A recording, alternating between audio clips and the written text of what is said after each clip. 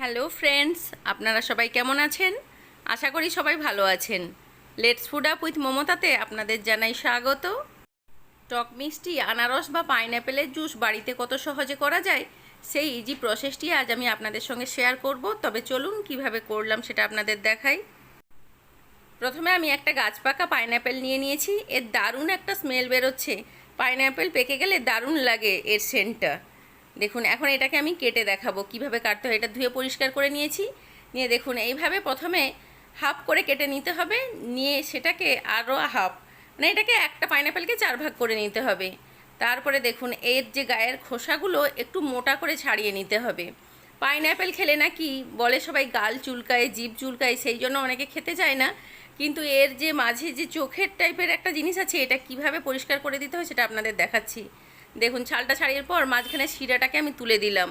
তারপরে কিভাবে কাটতে হবে দেখুন। এই যে চোখ টাইপের একটা আছে না, এটা কিন্তু একটা লাইন বরাবর আছে। একটু সাইড করে কাটলে দেখুন মাঝখান দিয়ে আমি তুলে ফেলে দিলাম চোখগুলো।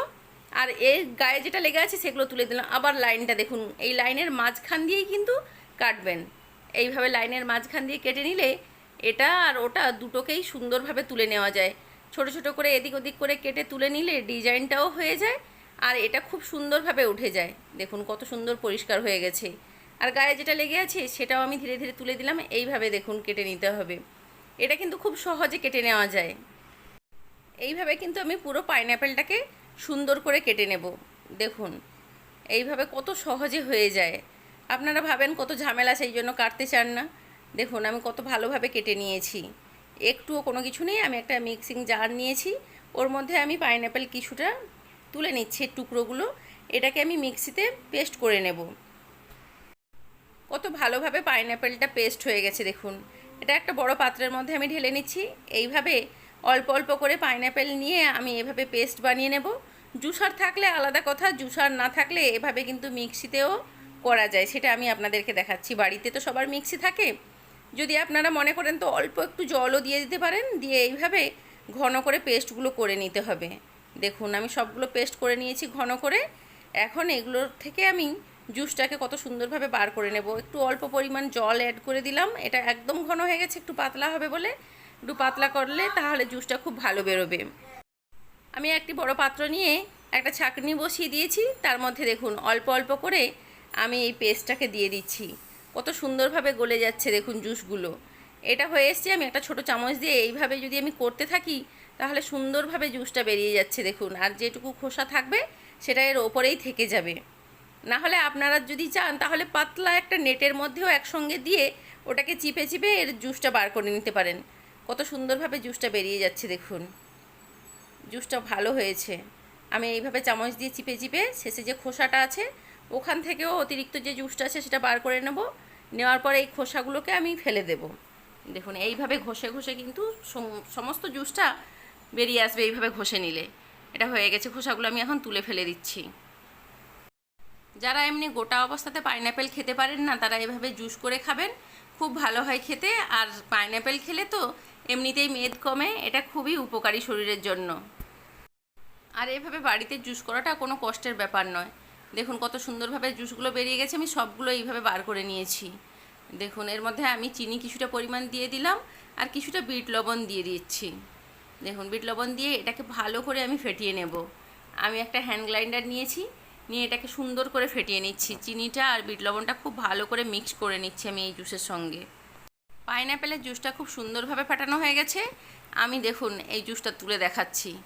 কতটা কালারটাও দারুণ এসছে আর খুব সুন্দরভাবে হয়েছে। এখন এগুলোকে আমি একটা পাত্রের মধ্যে করে ফ্রিজে রেখে দেবো।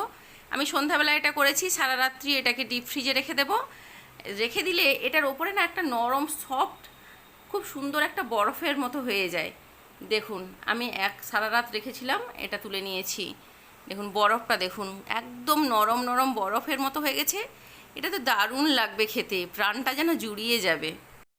এটা কিন্তু শক্ত বরফ নয়, একদম সফট বরফ।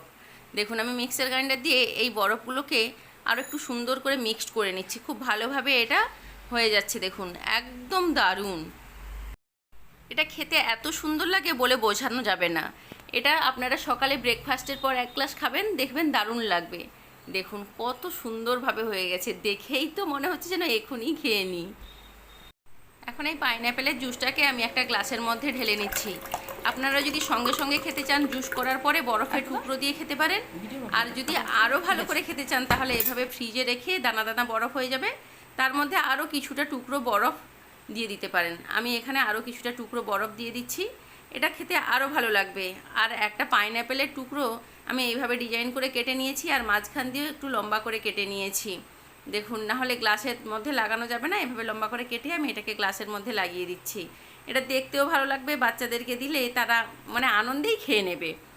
দেখুন ভালোভাবে হয়ে গেছে। একটা স্ট্র লাগিয়ে দিন, স্ট্র লাগিয়ে আস্তে আস্তে ধীরে ধীরে টেনে টেনে খান, দারুণ লাগবে। ব্রেকফাস্টের পরে বা দুপুরের পরে আপনারা যখন খুশি বিকেলে খেতে পারেন, দারুণ লাগবে এটা খেতে। আমার এই রেসিপিটি যদি আপনাদের ভালো লাগে তাহলে অবশ্যই বাড়িতে একবার ট্রাই করবেন। আর আপনাদের উৎসাহ ও ভালোবাসা পেলে আমি আরও নতুন নতুন রেসিপি আপনাদের সহজভাবে করে দেখাবো। আমার নতুন নতুন রেসিপির আপডেট সবার আগে পাওয়ার জন্য ফেসবুক পেজটিকে ফলো করবেন, ইউটিউব চ্যানেলটিকে সাবস্ক্রাইব করবেন, আর ভালো লাগলে একটা লাইক কমেন্ট ও শেয়ার করে আমার পাশে থাকবেন। আপনাদের মূল্যবান সময় নষ্ট করে আমার এই ভিডিওটি দেখার জন্য আপনাদের সবাইকে জানাই অসংখ্য ধন্যবাদ। আপনারা সবাই ভালো থাকবেন, সুস্থ থাকবেন।